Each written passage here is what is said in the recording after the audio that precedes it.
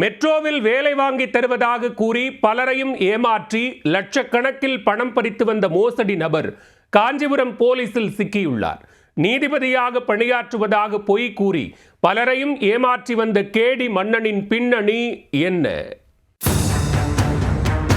காஞ்சிபுரம் மாநகராட்சி நாகாலுத்து தெருவைச் சேர்ந்தவர் அருண் சூர்யா. சட்டம் படித்த இவர் சென்னையில் ஒரு வழக்கறிஞரிடம் உதவியாளராக பயிற்சிகள் ஈடுபட்டு வந்தார்.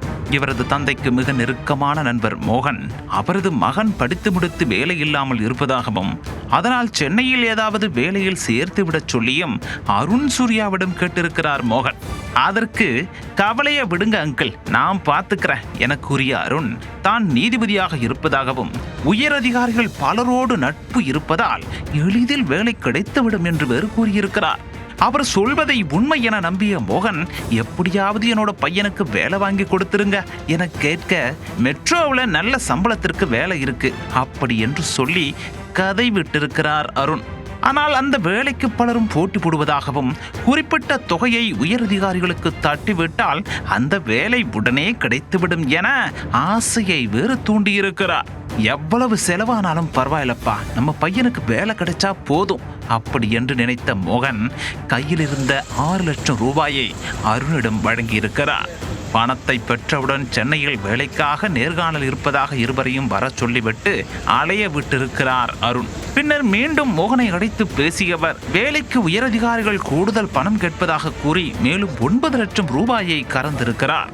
ஆனால் அதன் பிறகும் நீண்ட மாதங்களாகியும் வேலை கிடைக்காததால் மோகன் தான் கொடுத்த பணத்தையாவது திரும்ப கொடுத்திருப்பா என கேட்டிருக்கிறார்.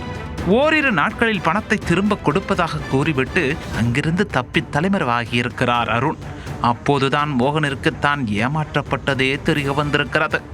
உடனே விஷ்ணுகாஞ்சி காவல் நிலையத்தில் வேலை வாங்கி தருவதாக நீதிபதி என்று பொய் சொல்லி தம்மை ஏமாற்றியிருப்பதாக அருண் மீது புகார் அளித்தார் மோகன். அவரது புகாரின் அடிப்படையில் அருண் சூர்யாவை போலீசார் பிடித்து விசாரணை நடத்தியதில் உண்மையை ஒப்புக்கொண்டவர் மேலும் இதுபோன்று 2 நபர்களுக்கு வேலை வாங்கி தருவதாக கூறி 20 லட்சம் ரூபாய் வரை ஏமாற்றியதையும் ஒப்புக்கொண்டிருக்கிறார்.